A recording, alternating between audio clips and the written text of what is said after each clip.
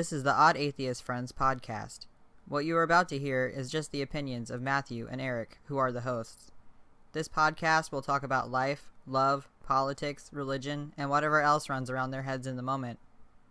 Their opinions are just that, opinions, and only their opinions. It does not represent anyone else but them at that moment in time.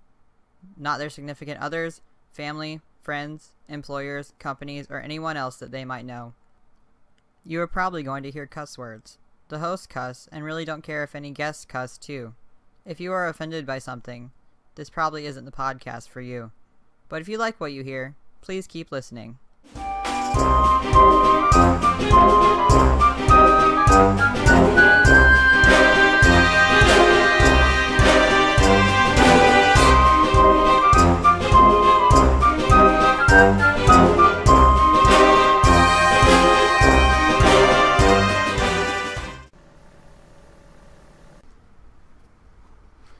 And welcome to Odd Atheist Friends number 7. Was this 7? I think it's 7. 7. Says 7. it right there. It is 7. Even Okay. I know it's 7. Jesus Christ. Okay, so this is your host, Matthew, and over there in internet land is... Hi, Erik. Hi. Hi. I mean, I'm And not what was high, that? but... Oh, well, that's just too bad. And anyway, so we got like that random voice that you heard was the guy with 1,000 podcasts. I mean, geez, he was this guy who's been doing podcasts. He started doing a Bible that took him like 50,000 years to do. I mean, just as basically as long as the Christian religion has been around and they've been writing it themselves. And then he started with, what was the other atheist podcast that you did that changed to Serious Inquiries Only? What was the old name of your podcast? It used to be called Atheistically Speaking. Yeah. Atheistically Speaking, and now the legal podcast that is just burning up the airwaves. You want to mention that one again too?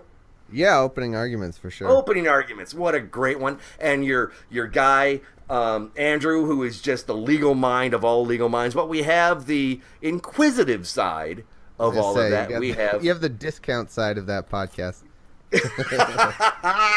We have Thomas Smith. Welcome, Thomas Smith. Hey, thanks for having me. Welcome to have you here. I've been trying to get you, and I am super excited and psyched to get you here because, well, you mentioning me on your podcast every week was part of the reason why I wanted to get on here. Detective Maxon. It is Detective Maxon. And no, you are not getting my gun and my badge, God damn it. Do you play by your own rules? You're going to go slide on my own rules. On the hood of a car or whatever. I basically see you as that 24 know-nothing person. That 24-year-old know-nothing person and Andrew as like the DA with, who's super smart and maybe kind of tries to shake some rules and trying to get over on, I'll play. No, I'll be he'll be the DA. I'll be the commissioner or something trying to like keep you in line, but no one can keep Maxon in line. That's the problem. Oh, hell no. But, the thing about Maxon though is he gets results. That's why it's so hard to, you can't put Maxon in a box because he gets results, he gets the perp, and you just got to put up with it. I mean, that's Maxon's approach is Maxon's approach. Exactly. Come hell or high water. This is an entire storyline we made up for no reason just because I thought Matthew Maxon was a cool name, and so one day when we were That's what I thought. I was like Detective Maxon. I just made it up, and I thought you would be a good, for one of those cop movies where you play by your own rules. So. That explains all of that.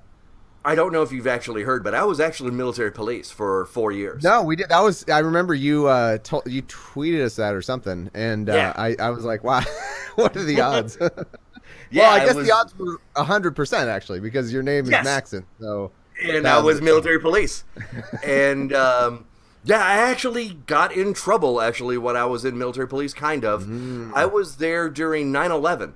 Oh in wow. Spain. And you got in trouble for 9/11? Yeah. Kind of. Let me explain the story. Oh, wow. I want to hear this story. So 11 days after 9/11, so September 22nd. 9/22. Yeah. 9/22. 01. I was the We had night shift, and I think it was a Friday night, if memory serves correct. It was a Friday or a Saturday. And I was the field training officer for my section, and I was the mid-base unit. And so I drove around between I'm housing. I'm gonna pretend I know what any of these words mean. Well, anyways, between the main base and the housing, it was the middle base. All right. You know what I'm saying? The kind of like no man's land that had the weapons and the port and all that kind of stuff. It was the middle of the base. Okay. Just nod your head yes and press your I believe button. Like I recognize those sentences, but like I have no experience with this. No meaning of what the words actually mean. You think like, oh, I'm communicating what this place would be like. I'm like middle of the base. Okay. Just nod your head yes and press your I believe button. Looking and feeling. Okay, no, I'm just kidding. Go on. I want to hear. It's got the and what's important is this is the golf course. The golf course is in the middle of the base. Yes, the Navy base had a golf course. And so I am driving. Well, okay. The watch commander gets a phone call in like right about 11 o'clock. I remember this like it was yesterday. And we get a phone call saying stand by for a flash message. And he said that we had just gotten a bomb threat. Somebody had planted 7 bombs on base. We have 1 hour to find them. No shit. That's a case for Detective Matthew Maxon. So I had a writer with me, and we were going by the fence line in the golf course. And so, you know, it's the fucking golf course, man. There's, you know, it's long stretches of tree lines, dark. It's because it's not lit. It's a fucking golf course. Mm-hmm. And I saw 2 people just on the other side of the fence. Huh. And we're still in ThreatCon Delta, which is like the highest security before, like, we were either at attack or expecting attack. Oh, wow. And so, I don't know before why. It was like magenta and all the colors that no one understood. Exactly. This is the military side of it. Okay, we didn't care about all of that. You didn't adopt a confusing scale that no one understood. You had one that actually made sense. We had no one that actually made sense. There was normal, Alpha, Bravo, Charlie, Delta, A, B, C, D. That sounds logical. It is. But of course, this is the fucking military, so it can't be all logical because inside of each one of those, there's steps. So, like, 3 months later or something like that, we got out of Delta and everything but name, and all they had to do was just put back up one more post or roadblock and would have been right back into Delta. So we called it Charlie plus, and we stayed there for like a year. So being overseas in Spain, which actually has active terrorists, the Basque separatists, you know, so... Anyways, so I'm searching, you know, those lights on the side of the cop cars, you know what I'm talking about? Those lights. Yeah. I'm in a marked unit, and I'm lit up like a fucking Christmas tree. I got all the fucking lights going on the top of the Martian bar. And so I'm searching the fence line, which is to my right. I'm going south. And so the fence line is to my right. And so I'm searching the fence line, and I see 2 people at the fence. I park the car, put the lights on them, and I tell them to show their hands. I want to see their hands. And it turned out to be 2 Spanish teenagers necking. But I had my pistol in a low draw. I pulled my pistol. And I had it, and you know what a low draw is? It's like the 45 away from your body. So anyways, I called for the Spanish police. The Spanish police, military police came, checked them out, let them go. And I'm like, why would anybody want to be right next to the American military base 11 days after a fucking terrorist attack? That's not the most discreet place. Like, let's go to the most surveilled place there could be, like high security place, and try to get away with some necking. I like it. So, anyways, how'd you get in trouble for that? I'll explain. That's reasonable. I got called into the Master Chief's office, who is like the highest enlisted guy, who's like the liaison between him and the commanding officer of security. And the commanding officer of security was a lieutenant at the time. To say this guy had issues was an understatement, but everybody's got fucking issues. Anyways, I pulled my pistol, even though I didn't point it. I still skinned my pistol. I mean, which is, I think, kind of, like, called for. I mean, I didn't point it at him. But apparently because they were worried about an international incident because they turned out to be Spanish. And so I got put into dispatch for like 3 months. Jeez. I feel like that was unfair to you, Maxon. It was unfair. Is this why Detective Maxon has a chip on his shoulder? You better goddamn believe it, Thomas. I like it. Yeah, I'm with you. Is it because do they not have guns there? So a gun is like a more threatening thing than here. Like in America, we're used to guns all the time. Cops got guns out, whatever. Most of us get shot every day. I have been shot at, not here in Illinois, but like in Iraq and shit. Actually, I was in Jordan. Yeah, they got some guns in Iraq too, huh? Yeah. So that's how come I got into a little bit of trouble, even though they let me out after a while. I had no, I didn't even get in any, no official trouble. You know what I'm saying? Yeah, no, I'm glad I have more of the backstory to the script I'm writing in my mind. Maxon. Oh, I'm sure you are, Thomas. Maxon. No, I love it. It's good.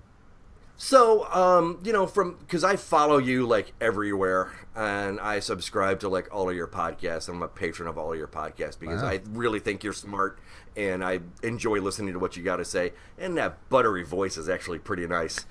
I have the worst podcaster voice. I'm no Seth Andrews. Oh, that guy. God damn, that guy's got a voice that's butter. Yeah. Jeez. I could probably just talk like this all the time. I'd probably do it, but it would be really exhausting. It's not my natural voice. Eric, have you heard Seth Andrews? Yeah, I heard a little bit. Oh my God, that guy's best voice. A less than thrilled response. Yeah, I've heard him. Yeah, I've heard him. That's Eric's self-disinterest at pretty much everything. Normal yeah. Eric. Okay. Yeah. Eric's still in college, so Eric doesn't give a fuck about nothing. Yeah, bro. That's a great great podcast persona you got there. Let's go to the guy who doesn't care about anything we're doing, Eric. That's me. So, I think we grew up pretty similar. Grew up very conservative and that kind of stuff, and not a whole lot of money in a pocket. I think when I was in high school, I think I had 10 pair of Rustler jeans. You remember Rustler from Kmart? Well, I'm only 30, so I don't know how old you are, but maybe that's before my time. I don't know. I just had some one pair of bullshit jeans. Oh, Jesus Christ! Thanks, Thomas. Make me feel better. Yeah. Well, I wasn't dirt poor, but I was certainly not. We had four. I had 3 siblings, so 4 kids, and a teacher's salary in a small town. So definitely not well off. I'm the same age, by the way, as Andrew. Okay, so 100. Cool. 100, yeah, actually. That's actually more than what Eric said I was last time. At least Eric called me 80 last time. Yeah. So, yeah, what was it? Kitty Hawk was right about now, just a few years ago. Yeah, the Wright brothers. I knew them. Good dudes. Yeah. So what made you get into podcasting? What was your impetus? Well, it's a different time, back in 2010. Ancient forever. Yeah, I know. By your standards, yesterday, but by absolutely normal an human hour ago, lifespans, maybe an hour and a half. To normal human lifespans, it's been a while. No, but into internet time, it's been decades, because back then, things were different. There were certainly podcasts, but there were not very many, and people hadn't figured out that whole market yet. But I don't have a good answer for you. I decided, so I was starting to get into being more like a active, well, not active isn't even the right word, but in terms of atheism, I almost said militant as well, but I don't even know that that's the right word. I just became interested in atheism and the arguments and all that kind of stuff. And I had never read the Bible, so I just decided, you know what, I'm going to read this stupid thing. And I thought well, I have this recording equipment for music purposes. And I knew a little bit about podcasts. I listened to some of the bigger ones, and I was just like, why don't I just do the Bible in a podcast? And I figured the worst case scenario, it would be an audiobook of the Bible, and best case scenario, maybe I would make people laugh or make a good point, and maybe they would enjoy it. So I started doing that, and had 0 listeners. Like you just start doing it, and no one listens, and eventually I'd have 12, 20 listeners. I was like, wow, there are 20 people caring about this, and I would be blown away every time until eventually the guys at Cognitive Dissonance found me somehow. I don't know how. I guess I had gotten maybe more like 100 listeners, and so that back then, that puts you on the map in podcasts. They were one of the first ones I listened to, them and Scathing, like a lot of people, and I really branched out from there. I found you shortly after I found them. Yeah, no, I was around before them. I remember at a certain point, Noah emailed me and was like, "Hey, I'm starting a podcast." I didn't know him at all or anything, and he was like, "I'm doing a thing where we read like a quote from like Professor Farnsworth or something." I was like, all right. I don't know what the hell this is. I don't think I responded. Because I got, you get emails from people and it's just like, I don't know what this is. But I think I was like, cool. I don't even remember if I responded. And then like a while after, I think I eventually did. I think he tried again or something. And I eventually responded, and, very, very quickly they became a podcasting juggernaut. So it was kind of funny. Just maybe I should have responded to that email and got in on the ground floor with Scathing Atheist. I'm sure Thomas Smith could send in a Farnsworth quote and wouldn't. Yeah, no, I've done a couple. To get played. I've done a couple. We did a great one for opening arguments. Did you hear that one? No, I'm not sure. I did. I had the idea to do it like I was trying to say the Farnsworth quote, and then Andrew was like clarifying as my lawyer. Oh, I remember that one. That one was great. Yeah, I liked it. It was a good idea. That one was great. So how, because I know about Serious Inquisitors Only and Atheistically Speaking, you started that one because I heard an interview that you had done shortly ago where you had talked about that you got tired of doing pretty much like atheist stuff. And that you there's two things that happened. One, I got tired of being limited to the fucking Bible. God, it gets so boring. It's all fun and games in Genesis. It's all fun and games, man. We're like, it really wow, is. Stuff is happening. Noah, what a wacky story. I can make fun of that. And then, shit, it's just like after you get out of Deuteronomy, the Bible nothing sucks. Happens. It's so boring. So I struggled, by the way, because my goal was to get through it in a year. I know, and it took you so much longer. Yeah, and because I really just, it was mind-numbing, so I had to switch to like once a week, and then I would stop doing it. And this was all, again, before Patreon, too, so like I was just doing this for no reason. Like, I was just expending a bunch of labor for no possible reason and not that many listeners at the time. So forgive me, I was a little slow initially. I would like kind of forget about it and just be like, oh, I need to do that. And then sometimes I would do like 5 in a row. I'd be like, shit, okay, I'm going to catch up. And I do a bunch in a row. But anyway, eventually I was like, I'm tired of the Bible. I'm still going to do the podcast, but I want to talk about things that are out there. Like, yeah, I mean, I'd seen some like atheist blog posts and I was like, I kind of disagree with this. Or, I just see things that like I wanted to comment on. And I started a show, Atheistically Speaking, actually with a friend of mine at the time, but that didn't work out. And it was back in, I don't remember now, 2014. I don't know. I should look that up at some point. So not that long ago. Yeah, it was probably like 3 or 4 years ago, maybe. So 13. 14, well, forever in internet time, but not long ago in my time. So yeah. I can't remember. Yeah, I'll something like that. Maybe just for fun, I'll look it up while you talk. and so I heard in a recent interview, I forgot who it was with, but you had said that you got tired of talking about just atheist stuff, and you kind of wanted to branch out of that, and that's how come you went to Serious Inquiries Only. And I have noticed a shift in the things. I mean, you still got your atheist liberal slant, but it's not all about atheism and liberalism, which I think is great. Because I mean, man, there are so many like atheist podcasts out there that are just screaming atheism. I'm still really hot in it because I just started doing this. so we'll probably do this for a while in this format. But like Scathing and Cog, they kind of do like self stories and that kind of stuff, and kind of pick on people. Atheism 101 does like basic atheism stuff, which is pretty good. But yeah, I kind of and Ina Nice Mango, she does kind of like the same thing you do, kind of in a way, but slightly different, where she's more talking about like topics and that kind of stuff, but aren't necessarily directed at religion. Yeah, yeah. So I would say that I wouldn't say I got tired of. Well, for one thing, I think most people go through kind of a natural progression where if they, and it really depends a lot on where you were raised and how you're raised and all that. But since I wasn't raised in like an oppressive cult of religion, I was like just a marginal Christian kind of thing. My mom made me go to church until high school, and then she was like, all right, you don't have to go. And so I had religion. So not me.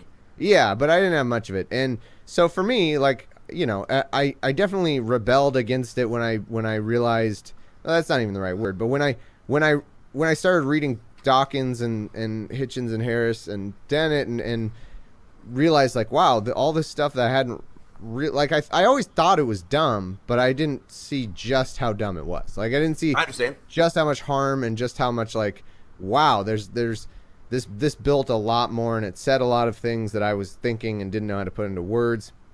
And so for a while, yeah, I'd be more argumentative. I'd try to debate it when I could, and I'm still interested in that. Like if somebody wants to argue religion with me, I'm happy to do it. But I just am so much more concerned now with other things, and I started Atheistically Speaking because I actually and from the beginning my goal was always to be like meta atheism. Like I wanted to talk about issues that atheists disagree with each other on. That makes sense. And I did, and eventually I realized, well, as I'm doing this, almost like I never just talk about atheism. Like already, even when I was doing it under that name, I almost never was talking like directly about atheism. And what was happening was I would try to get guests on that I wanted to get on, like a scientist or a researcher or someone who wrote a book that I thought was really interesting. Yeah. And they'd just be scared away by the name, And I just decided, like, I'm tired of this. I want to just have a neutral sounding name, and then I can just have whoever I want on, and I won't have to worry about it. I can still talk about, like, the content won't really change. I focus more on politics, but that's probably more because the state of fucking politics with Trump, Like, oh my God. I probably would have been doing this anyway. So yeah, that's kind of where that story comes from. It's not a rejection of atheism or anything. I want to be able to get anyone on that I want. And I just like talking about ideas, and I like talking about ideas people disagree on. So when I have a show full of atheists, for me, it's not that fun to say, yeah, God doesn't exist, right? Like I'm trying to do other things. I'm trying to find some interesting ground there. I don't know if you heard the last with Thinking Atheist with Noah Illusions, or they were talking about the disagreements between atheists now. And I've seen this a lot, and I've actually had it happen to me when I've had a disagreement with a mildly famous or even not so mildly famous atheist on a single point, and you get defriended or blocked. Really? Yeah. Yeah, there's a few people who do that, and I hate it. I talked a little bit about that with Seth on my show. Yeah. Was that a dog, or did somebody bark while you said yeah, or was that two people saying yeah? That was amazing. I don't know. I'm sorry. No, that's okay. I literally heard a dog bark as you said yeah, like at the same time. Unless that was some weird audio thing. That's funny. It might have been a weird audio quirk. I'm sorry. But yeah, I was definitely agreeing with you. But yeah. Okay, I just didn't want to be that, like, if the audience heard that, I didn't want to not address it. That's all. No. So anyway, yeah, I mean, there are people who do that. I don't like it. I hate it. I hate when people just decide, and you'll see people, even not podcasters or personalities of any kind, just normal people on Facebook. I'll see it all the time where they're like, unfriending anyone who believes that and it's exactly. Like, what does that do? I don't think it does anything. I mean, whatever. It's your right. It's your Facebook. I get it, but it's weird to me because all I want to do is try to, if someone disagrees with me, if I think someone's wrong, then I want to try to argue them out of it, And I mean, if someone's harassing you, by all means, block them. But if someone just asks you a question, like PZ Myers will just block you for nothing. I heard about that. A waste of time. Your thing with that. I've lost 3 first cousins and people I served with in the military, and friends that I've had for 30 years. Will no longer talk to me because, and I normally don't go onto other people's pages. I just post to my own page. You know what I'm saying? And so if they comment, I comment back. But I don't go onto their pages and go, your God is fucking stupid. I don't do that. And so, and like I said, I've lost 3 first cousins and people I've served with in combat zones over this. And, it really just kind of burns my ass. It's just kind of like, do I not listen to Dawkins because of some of the horrible things he's said? No, the shit that he's written on evolution is still amazing, and one of the reasons why I actually became an atheist, because I read The God Delusion and The Greatest Show on Earth. Do you know what I'm saying? Yeah, I love The Greatest Show on Earth. That's my favorite book of his. Those were factors in my deconversion. Do you know what I'm saying? So, I mean, he has said some horrible things, but am I going to stop listening to Dawkins because he's said these horrible things? No. Same thing with Sam Harris. Sam Harris has said some shit that I'd be like, really, Sam? Really? But he's still an amazing person, an atheist, and the philosophy that he comes out with is really great. Do you know what I'm saying? I love Sam Harris. I think the same way. I mean, but also the problem we run into though is there's a spectrum of people, and there's one end of the spectrum that's like you're saying right now, kind of the minute someone says something they disagree with, then they're done with them and they announce that they can't ever listen to anything they do again. And then there's the other side that I also run into, which is anytime I try to point out anything that Harris has said that I disagree with or whatever, you got the people that will argue to the death that he's right about everything, and sometimes they don't even argue. They're just like, why are you targeting him? Like, why? It's a weird. They think like they're his friend and they have to defend his honor and every single thing he's ever said. Exactly. It's kind of weird. So I think you and I are somewhere in the middle of that, where it's like, I don't want to throw out all of someone's body of work because I think they're wrong on one thing. Now, if you think someone is like a raging racist or something, I mean, if you think someone is literally like the worst of the worst, I get it that you just don't want to spend time with. There were some work. people from a few years ago that I no longer listen to, like what the fuck was his name? His first name was TJ, and his name is escaping me. He was a YouTube. Oh, that YouTube guy. Yeah, that guy is really the worst. He went off. Like he's 10 years really ago, anti-feminist. And it's just 10 years ago he was great. Yeah, exactly. 10 years ago he was great. But that's how you measure. I agree. Like, it's like that guy that pervaded his entire body of work. Like, he started talking about nothing but targeting feminists and saying really shitty things about women and feminists. So I'm not interested in that because he doesn't have much else to say. And the thing about him is, like, where he makes good atheism points, cool, but I don't listen to that anyway. Like, I've kind of moved on. If you're somebody who needs good atheist arguments and you want to stick with him or something, with more power to you. But for me, I'm not interested because pretty much all he talks about is the stuff that I think he's really wrong on. That's like digging through shit to find the kernels of corn. Yeah, I'll pass, thanks.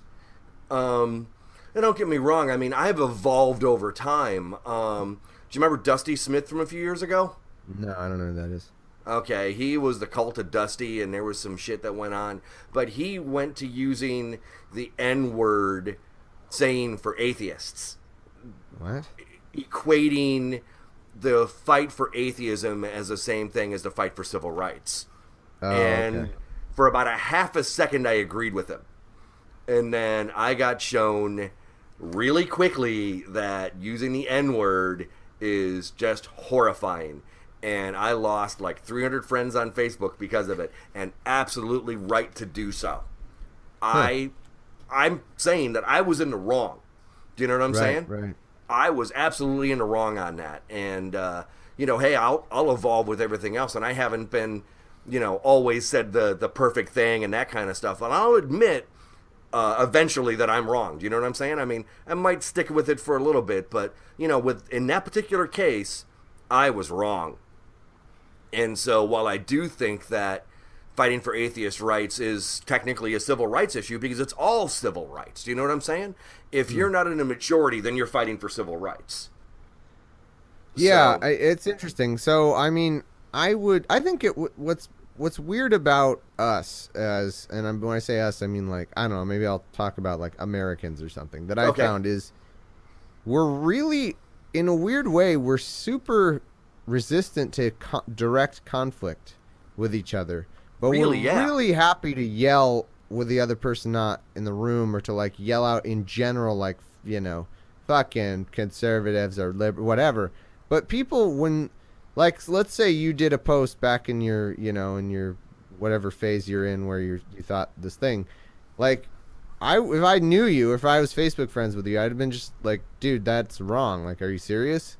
Because I'm not really worried about, I don't go and confront every single person, but if somebody says something that I find deeply morally objectionable, rather than just hit unfriend, like, I'm going to take a crack at it. Like, I'm going to try to maybe convince you the other way, And it's interesting that people don't do that. Like, I think I'm more that way than your average person. Like, I'm more willing to have that discussion, and I don't get it. I don't get why. Like, I think people are so afraid of confrontation, but at the same time, they're so in love with, like, general shit talking, like, at a general group. It's really weird to me. Yeah. So on a quick front, how did opening arguments get started, and how did you and Andrew get together and do this in a quick, if you can?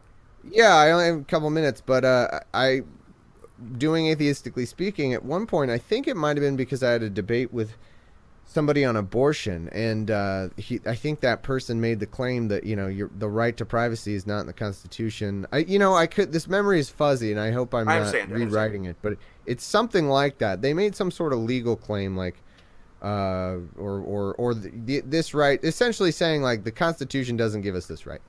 And Andrew Facebook messaged me, because apparently this is after I had started this podcast Facebook, which is the best thing I ever did, like an account just for my podcast, which is what we're friends on, because then I know I know what's going on there. I didn't mix my my like mom's my family's Facebook with that. We have a OAF Facebook page too. Right. Twitter. Yeah. Well, I have the Facebook page, but Facebook has ruined pages. They're so worthless now. It sucks. Exactly.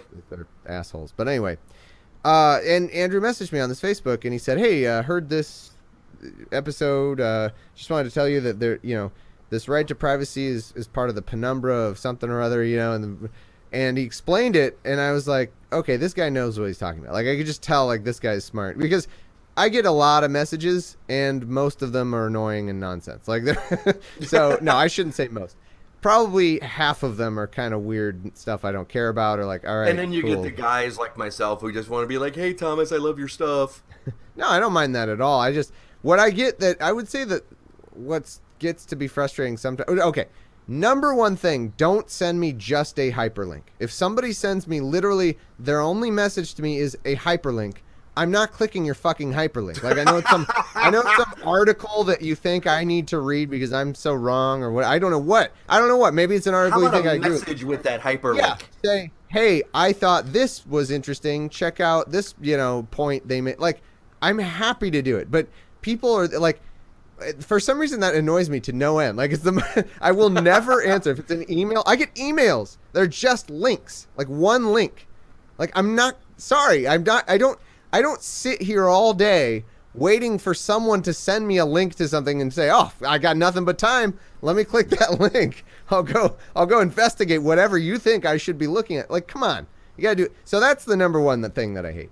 But another thing that can be hard sometimes is people will just message their kind of thought stream at you of what, and oftentimes it's from an episode. Sometimes it'll be an episode I did a month ago, and they're just like, go into it like, hey, blah, blah, blah, blah, blah. And I'm like, okay, first off, I don't remember what this is. Like, give me a second to remember. Yeah, let me recalibrate here. Yeah, because I do a lot. I'll remember eventually, but I just people will talk as though I'm talking to them right then. Like, and I get it because you hear me talking to you right then, but I'm not. Like, the real me is doesn't know what you're thinking or where this is coming from. So those are kind of tough. But anyway, so I look at every message. Like, I'll read everything because I'm not. I'm trying to do my best to keep up with everybody. I'm just flattered that people listen, and there's so many people that want to send me stuff. I will totally read every message. Most of them, they are what they are. But I got this one, and I thought, this guy, I know he knows what he's talking about. Like, I could just tell he really knew his stuff. Yeah. And later on, when Scalia died, Andrew sent me a thing. Was like, hey, Scalia died. I wrote a post about it here, and how Andrew had a blog for his law firm page. I've actually clicked in it and read around and that kind of stuff. Right, yeah, he had some good stuff on there. I think it's been replaced by the podcast, I think, but unless he's still doing it, I don't know. But, I don't remember. But anyway, and I read it, and I was like, God, this is great points, and so I wanted to get him on to talk about it, and then there was like another legal issue. Oh, and then during the course of that, we had to touch on a bunch of stuff. I mean, because he wanted to talk about Scalia's decisions and how they're so activist, even though and conservatives horrifying. Accuse liberals of being activists. And it was an argument I had no idea about, and I thought that makes perfect sense. And we had to touch on all these cases, and so we kept, during the course of the recording, as we still do now, we kept being like, oh man, okay, well, let's talk about that another time. Let's talk about that another time. And so we did. We talked about the Second Amendment. He did hours on that with me, I have been with God damn it, the legal one since the beginning. I love that podcast. That one is so awesome. Opening Arguments. I've been with it since like episode 3. You know what I'm saying? Yeah, it's good stuff. And eventually, he kept going back, and people kept requesting him, and I was so fucking busy because this whole time I'm working a full-time job, and I'm still doing all this. And I had decided in my mind, I was like, all right, people keep asking us to do a podcast. And I was like, I'm not gonna ask Andrew because I'm too busy. Like, but if Andrew asks me, I'll do it. That was what I decided in my mind. And for a while it worked. Like, for a few weeks, he didn't ask me. We just kind of get people requesting. And then eventually he said, so it sounds like we should probably do a podcast. I was like, all right, fuck, okay, I'll do it. Like, I knew it was going to be great. I just was like, I don't want to take on another thing right now. And in retrospect, it's so funny because it's just such a success, and I can't believe there's any possibility that I wouldn't be doing it. Like, it's Andrew really, he even blew me away with how good he is at this. Like, I knew he would be good. I totally knew he would have interesting things to say. I didn't know just how relevant fucking smart he is. Well, it's not just that. It's not just that, because I talk to a lot of smart people. I mean, I have a lot of really smart people and guests that I talk to, but they're not always that interesting, or they're not always. He knows what to keep up. Like, he's smart, but also content producing. Like, he just has so much to say about so many things, and he's really well informed, and so it's I just mean to say, like, it's not just smart per se, but he has a way of producing content for that show that I think is better than anything. I mean, if I weren't in Opening Arguments, I would be listening to Opening Arguments. I would, that absolutely, and it's cool to have something to be proud of, because for my shows, I'm a little too self-conscious to be like that in love with my own shows, but that one it's easy. I'm in love with Opening Arguments. The reason why I said it the way I did is because I think that his intelligence and his smartness bleeds into everything else that he does, so he's able to come out with that smart and interesting content, that his intelligence and his smartness just bleeds all over all of that and makes him who he is. Does that make sense?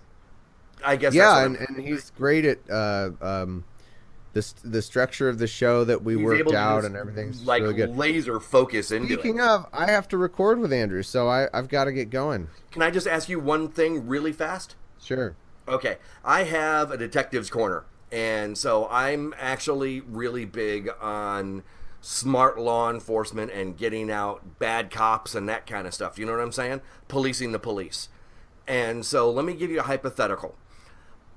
We have, say for instance, you know, because like body cameras are like way big, and like a lot of like the major police forces have them, and they're just cycling down everywhere. What do you think should happen to a police officer that turns off his body camera and then something horrifying happens?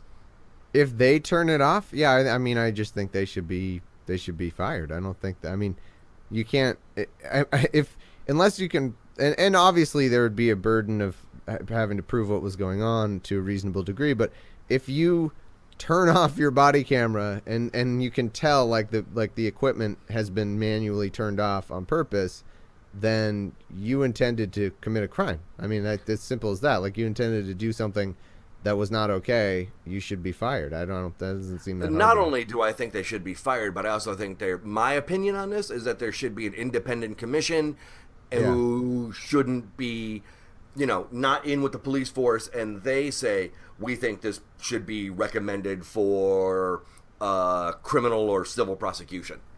Yeah. Not only do I think they should be fired, because a lot of times when something happens, these guys end up getting a paid vacation. No, fuck that. These guys need to be held. These guys are running around with the authority to enforce the laws, and if necessary, defend their lives. And they're going to defend their lives by 2 to the chest. Do you know what I'm saying? I mean, It's way too often when they're issuing or they're going in on a warrant and they'll shoot the dog and then somebody stands up. You know what I'm saying? I think this is too big of a topic to have opened up when I needed to go. I'm really sorry. 10 minutes overdue. That's just my opinion. And you know, I just wanted to get your opinion on it, and to know that there is a detective's corner in Detective Maxon's podcast. Nice. So keep up the good fight, Detective Maxon. Thomas, thank you for coming on here, and I want where can people find you?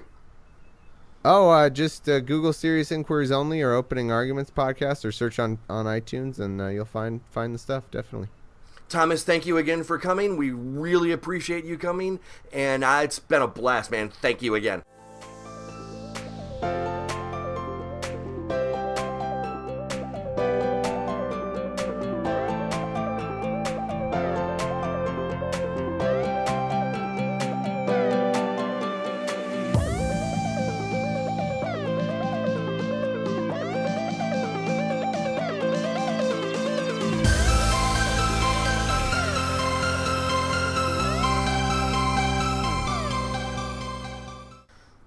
Well, welcome back, Erik.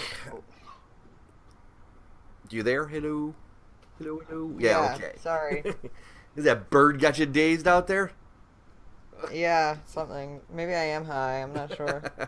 Well, we just got finished with a really great interview with Thomas Smith of a couple of different podcasts, Opening Arguments, Serious Inquiries Only, and it was really nice for Thomas to come by and see our little podcast. So thank you, Thomas. We appreciate it.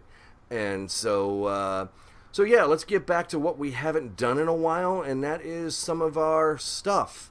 So some of our stuff that makes us us. So Erik, is there anything that you want to discuss? Well,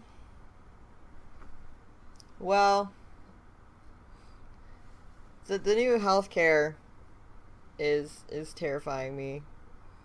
But other than just saying that, and that it includes being transgender as a pre-existing condition, which it sucks. That's all I have to say about it. So that means you wouldn't get healthcare because you're trans. Basically, I already don't really get healthcare. Like, if you're with a really big company that's like nice, like I guess Google, or I know Cisco definitely covers things, but no normal little insurance is gonna cover it, unfortunately. I'm with a pretty large company that I work for, and we've got healthcare through work, and it's pretty good. I actually don't know if it covers transition or trans people. I don't know. I think it would. But this is something I actually haven't looked at. I wouldn't know, actually. I don't know. A lot of insurance policies, like right now I'm under one under Blue Cross Blue Shield, and like they're a big insurance company, but they say they only cover things that are medically necessary, and they think that transition surgeries are cosmetic only. So That's so bullshit. even though Blue Cross Blue Shield Yeah. is a big company, but they're horrifying in a lot of ways. I've heard Yeah. of some Blue Cross Blue Shield doing some horrific shit. They are definitely out to make money, and that's one of the things I think that really pisses us off about our country is that we've monetized healthcare. If you're young and healthy, you pay into it, and that's where the companies make their money. Because they get like people from between their 20s and their 50s, generally speaking, are pretty healthy. And after that, that's when people really start to go, that's when people really start to needing more of their health care. yeah, so you at 60, you're gonna start needing your healthcare real soon. Yeah, well, I get a lot of mine through the VA, but, I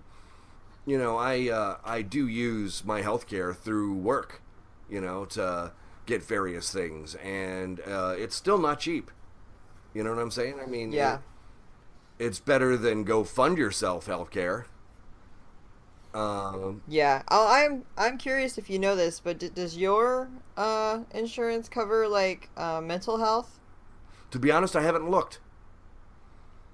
Okay, because mine also doesn't care about mental health. So they say you can have six counseling visits. That's it. And I'm like, who's gonna go to counseling 6 times? That's all you need. Like, no. That's 6 weeks. Bullshit. It's if you go once a week. Yeah. That's really, you can work a few things. I mean, but the last time I went to counseling 3 or 4 months. You know what I'm saying? Yeah. I mean, and that was considered fast. Yeah. Honestly, it took me 6 months before I even started talking about any of my issues in counseling. So I don't know. Maybe if I was paying for it, I'd try to work through it a little faster, but Yeah. I don't know. Well, counselors in the military at the Fleet and Family Service Center where I got mine it was hard to get in. Do you know what I'm saying?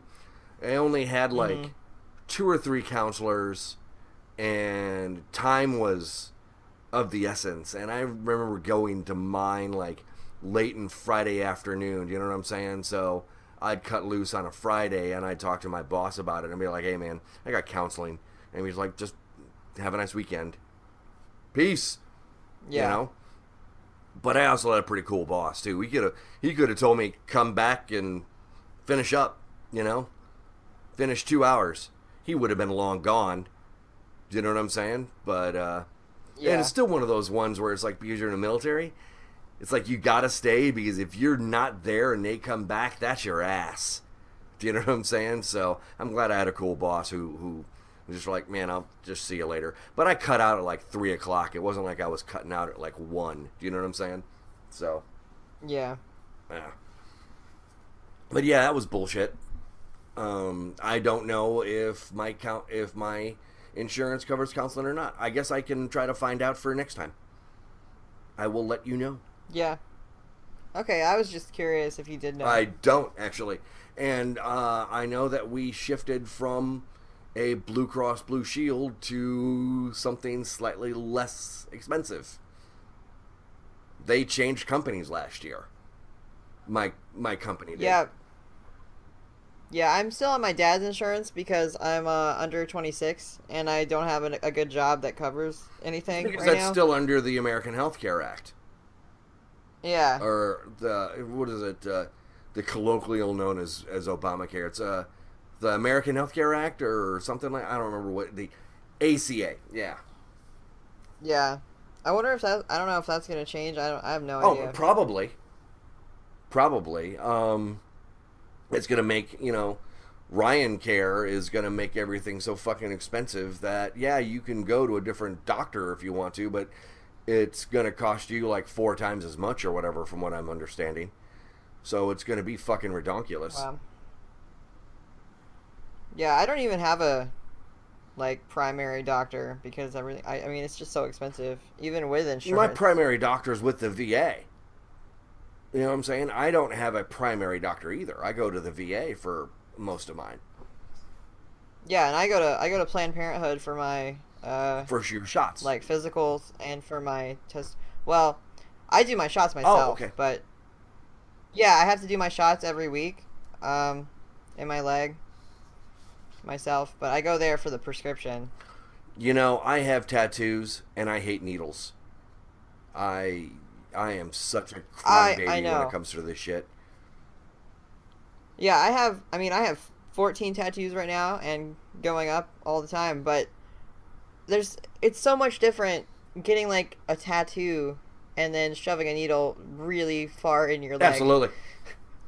It's terrible. Nothing but props to you, Eric. I cannot see how that shit's done. Fuck that. Yeah, honestly, every week when I have to do it, I'm just like, is it worth it to keep doing this every week so I can like become a man or whatever, even though that's what I feel like inside? Like it's really sometimes it's a serious struggle inside. Like, is it worth doing this? Like hurting myself every week, but it definitely is because that's what I want. Like I want my body to go through those changes, and I want my voice to lower, and I want a beard and everything else. So, but it's really hard sometimes. Yeah. Well, I can totally empathize where you're coming from. Nothing but props, Eric. Seriously. God damn. I really don't see how. I mean, it's the amazing the lengths that you and other people go through to be who you really are, and I give you nothing but props to do so. I don't know if I would myself would be that brave to do it. So for you to be that brave, it's amazing to me. Absolutely amazing. So, yippers. Well, did you have anything you wanted to talk about? You know, I was thinking about, the big thing is recently, I don't know, this is going to be a while before this gets released, but for us it was just the other day, is Comey getting fired. He's the FBI director under Cipollone, but he then appears to do that very quickly too. Somebody's there and then all of a sudden they're gone. And it's interesting that it was like, it wasn't that long ago, a couple of months ago, that they were saying that this guy needed to go because all the liberals are screaming about, oh, he needs to go because he's shit and all that kind of stuff, right? And I agreed, he was shit. But then, he stepped away from the investigations of Trump and Russia. And it just seems to me rather convenient that he fires him after, well, we don't know what the hell is going on in the background. I mean, we hear things, whether or not they're true or not, I don't know.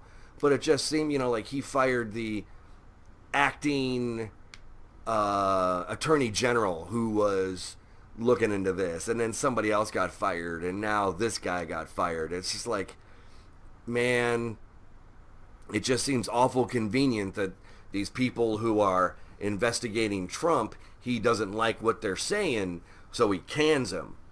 Man, that just screams of straight up fascism to me. Yeah, this guy is just, granted, I don't think he was great, but, so he stepped away from the investigation and Trump fires him? And I got a problem with that. Yeah, it seems pretty fishy to me, too. Yeah, I got a serious problem with that. So, yeah, I look at this and it's like, man, I didn't serve 20 years in the military for this fucking shit. Do you know what I'm saying? I mean, this is way beyond the pale. This is ridiculous. I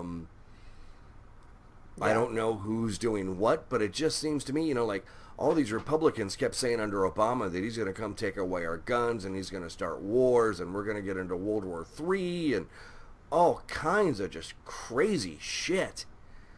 And then Trump gets into office and all of that shit seems more frighteningly real and possible. Yeah. Way more frighteningly real and possible. And so, things might have cooled off with Korea for the moment, North Korea for the moment. I don't know if they still have. He still seems to be sucking on the Putin cock. I mean, he's going straight to the base. It's just what it seems like to me. He's just all the way down on it. Man, it just seems fishy. This is fucking Russia. Yeah. It's terrifying. They're not our friend. And Putin was the head of the KG fucking B. They're basically the Russian version of our CIA. And Trump is an asshat. And I'm just sitting there looking at this going, man, this motherfucker's playing him like a fucking fiddle. And they're saying that the GRU, the Soviet military special police, if you want to call it that, the investigation services, were the ones who did the hacking. I mean, yeah, it would be the military, because the military is the ones who do shit like that. You know what I'm saying? I mean, at least for them. That they're the ones who supposedly might have interfered with the French elections right before the silence. It was like 30 hours before the election. In French law, you cannot talk about the French politicians at all. You can talk about anything, but you can't talk about the election, and you can't talk about the politicians. I didn't know that. Yeah. That's been around for a long time. Where, it's like for a short period of time, I think it's like almost 3 days or 2 days or something like that, where you can't talk about the election. You can talk about everything but just not the election and not the political officials. That's interesting. Yeah, I think it's actually a really good idea. Because now this is when they're starting to talk. This is when people are, people haven't made up their minds, which I don't see. I don't know. I should think, it's my opinion that I think people are leaning long before they get for the last final few days before the election. You know what I'm saying? Yeah. I think it should be cemented before that, but that's just me. So all of a sudden there was a dump of information, and they said that some of it was real and some of it wasn't real. And Le Pen, her father, was the son of a Nazi, or at least a Nazi sympathizer. And so her father was a Holocaust denier. Like, the Holocaust did not happen. And she eventually kicked him out so she could take over the party. She was just as horrifying as her father. And so, just how everything is skewed so far right in politics, and not just in the U.S., but around the world. I mean, the fucking fat Malfoy in England, and Miss Maybe, who's the actual prime minister right now, they are very far to the right. And of course, we got fucking Cheetolini and shit. You got Brexit that happened, and right now we got Merkel and right now I'm flaking on the fucking guy's name who won in France right now. But right now they seem to be the bastion of liberal politics in the world. I mean, it just seems like it's on fucking fire right now. What was it? In Indonesia, the president of Indonesia got convicted of blasphemy. Really? Yeah. Got convicted of blasphemy. He will spend 2 years in jail. Blasphemy. Wow. That's basically saying unkind words to your God in a rude way. Yeah. Let your God defend himself. Yeah, pretty much. So, yeah, that's the fucking politics shit of what's fucking going on for now. I'm still kind of agreeing, the detective's corner from earlier, when I asked Thomas, and we kind of barely touched on that for a little bit. But, yeah, I firmly believe that that's, the thing to do, that these guys should be paid, while it's investigating. that they should be on unpaid leave. And if they're found guilty, that they turned it off, they need to be immediately fired. And it should all be handled by an independent review board. Have nothing to do with the police. And if they're found that they've got things, it should be turned over to the state's attorney and let them fucking go with it. The police need to stop looking at themselves and going, we did nothing wrong. It needs to be out of the police hands. I agree with that. Did you know the FBI is just as bad? Yeah. The FBI has had, what was it, I saw a long time ago now, Rachel Maddow was talking about that they've had like 300 shootings and they've adjudicated themselves free and everyone. Shit, I did not know that. Yeah, it's bullshit. Straight bullshit. So, that's crazy. Yeah. Independent review boards. Apolitical, independent review boards to investigate shootings. Because fucking police can kill you. Why? You know what I'm saying? Because they're in power? I don't know. Well, the reason why I said why is because why did they shoot you? It shouldn't be up to the police to find out, if a shooting was legit. Do you know what I'm saying? It just can't be like, oh, well, we did this and it's fine. No. It needs to be somebody independent away from the police. Yeah, I definitely agree with that. Okay. So is there anything else? You got any would you rathers? Yeah, to end this episode on a maybe happier note. Happier note, yeah. Well, or a more fucked up note, because some of these are a little fucked up, but... First one. Would you rather have your testicles eaten off by a squirrel or your eyeballs pecked out by a bird? That's interesting because, I'm over the age right now where pretty much having children is pretty much not going to happen. You know what I'm saying? Mm-hmm. So while it would suck I couldn't bust a nut, I think I'd rather be able to see. I would agree with that. I mean, I don't have testicles, but if I did, I would still agree with that. Yeah, don't get me wrong. I mean, it still feels good to bust a nut. But yeah, I mean, and I'd kill that motherfucking squirrel too. I'd have that motherfucker skinned and on my wall, mounted in a case. Yeah, motherfucker, he got my nuts, but I got him. Oh, you know what God. I'm saying? It'd be like Billy Madison with, not Billy Madison, Happy Gilmore with the alligator and Chubbs. Oh, yeah, I fucking He love got that your movie. hand, I got his head. Oh, I love that movie. I do too. It's honestly one of his. There's only like 2 good ones.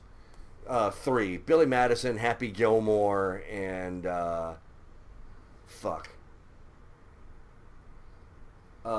Deeds. Deeds was his last good one. Yeah, I like some of his shit ones too, but I realize they're shit, so... Yeah, if you can recognize their shit and enjoy them for being shitty, then that's okay, but realize you're not getting high humor there. Yeah. Yeah, it's nut shots. I mean, nut shots are always nut shots. They're always funny, but they're always fucking stupid too. Yeah. Okay, here's a weird one. Would you rather get caught masturbating by your mother or catch your mother masturbating? Yikes. That's the same thing of like walking in on your parents getting down. Yeah. You know what I'm saying? I mean... Is it worse, though? Yeah, because you don't want to really see your dad on the job, do you? I don't want to see any of that. No, who does? So I'm just saying, I think it would be better is a relative term here, for your mom to walk in on you. Because, I mean, you're young, you know what I'm saying? So you're not getting any. Let's say you're your age right now. I haven't seen my mom in 10 years. Hypothetically. Oh, okay. Get the hell out of my room. Fair enough. Okay. No, that's why I got a spare bedroom for. You don't need to come into my bedroom. Yeah. All right. If you were in a fight, would you rather be armed with a 6-inch knife or a crowbar? It depends. Because I know people who are more dangerous with a knife than they are with anything else. Crowbars are honestly fairly obvious. I would much rather be armed with a knife because I can defend against that crowbar. I'll take that crowbar away from you and shove it up your ass sideways. So yeah, I'd rather have a knife. I will cut you into fucking ribbons. Okay. I would probably end up cutting myself. So I'd have to go with crowbar. I took, when I was in the police, we got trained with a bunch of stuff, and, being trained with the ASP in a certain way is the same way as being trained in knife fighting. And when I took martial arts training, I took some of it was weapon fighting too, so it's not that hard to extrapolate. So I've actually done some training on that. I have no experience. You have no experience? No. Well, you know what they say. What was that? The old Indiana Jones movie, the first one, when the guy's sitting there with the sword and he just pulls out his gun and shoots the motherfucker. Yeah. I've never shot a gun either. Really? You've lived in North Carolina your whole life and you've never shot a fucking gun? I've had the opportunity. I just turned it down. It was a lot of sketchy people generally offering and. Okay. Yikes. Yeah. Yeah, I don't know. A lot of people own guns here. My parents owned guns actually. I think I have an aversion for guns because my parents were alcoholics and crazy and did drugs and all kinds of stuff, and they would try to shoot at each other, and like they shot through the fuck? Yeah, they shot through the ceiling and the walls a couple times, and they my dad beat down the door with an axe one time. Holy shit. Yeah, but I had the best parents ever. Amazing. Yeah. It's crazy what you can grow up in and not realize it's abuse. Yeah, seriously. Wow, I'm glad you're out of that shit, Eric. Holy fuck. Yeah, there's a reason I never went home after I was 17. I can understand that. Okay. Yeah, it's kind of the reason why I joined the Navy and never really came back. Yeah, well, I'm glad for both of us. It wasn't quite that bad, but goddamn. I'm glad you're okay. Yeah, well, yeah, that's a relative term. It really is. Yeah, I'm all right. How about one more? One more to round this out. Would you rather be confronted on the street by a loud, angry panhandler for a week straight, or by an unbearably persistent Bible thumper? Oh, bring in the Bible thumper. I would much rather deal with the Bible thumper now, especially with what I know. Let me break out my Bible. Sit down. Would you like a glass of water? There's a fun fact under this one that says the Bible is the most shoplifted book in the United States. Are people taking them to roll up their joints? I wouldn't be surprised. I know people who do that, who did that. Apparently, the pages in the Bible make great rolling papers. You know, I've heard that. I don't know who told me that, but definitely someone told me that. I had a friend who rolled his own cigarettes, and the texture of rolling papers is really similar to that of Bible pages. Except that you're smoking ink. Do you know what I'm saying? That can't be really good. Yeah, probably not, but smoking anything isn't really good because you're inhaling lots of smoke. No, it's not really the smoke. I mean, that's part of it, but it's the temperature. Yeah. Burning all the alveoli in your lungs. Yeah. I've smoked one cigarette my entire life. That's the only thing I've ever smoked. Really? One cigarette? Yeah, I just did that. I was having like, I don't know, an episode or something, and I was like, the whole fucking world just wants me to smoke cigarettes and drink a lot, and that's what they want from me, so I'm gonna go do that. And I had one cigarette and I had one beer, and that's all I've ever drank. Okay. Yeah, I was like, I don't fucking understand why people do this shit. It made me angry, and I smelled like smoke, so... My friend's house that I go over to go play Dungeons and Dragons now, he's a smoker. And what's nice is because the weather's been pretty nice, so I've been sitting next to the window and had the window open. So even though he smokes like a fucking chimney, I don't come home and smell like a chimney. Yeah, that's good. Or an ashtray. Yeah. So it was like I'd come in the door, my wife would be like, "You need to shower." Oh no. Yeah, because of the cigarette smoke. So I'd drop my bag off and put all my clothes by the laundry machine and go jump in the shower.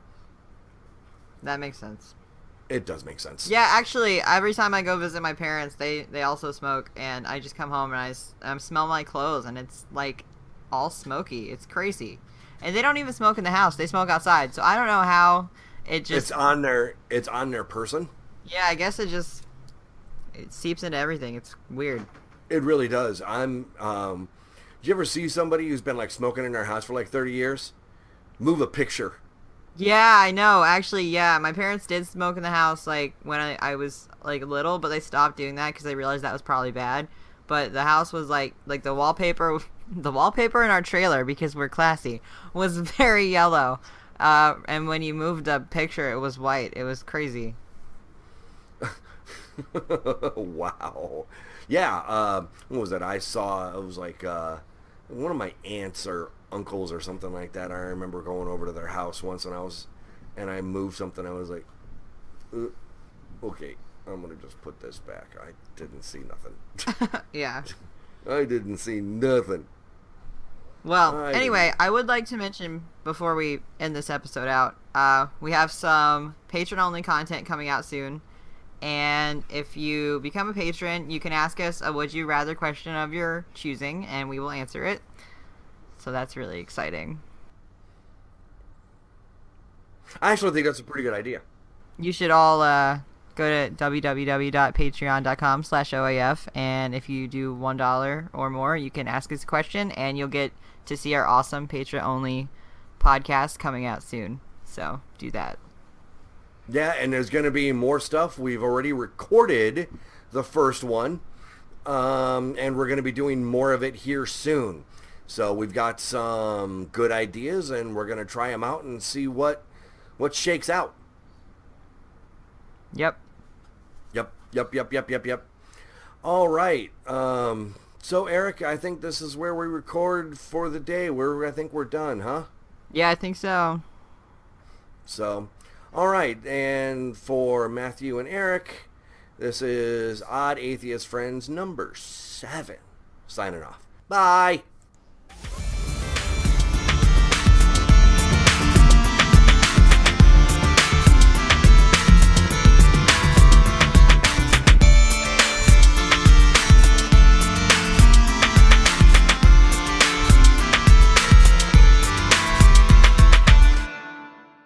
Thank you for listening to the Odd Atheist Friends podcasts.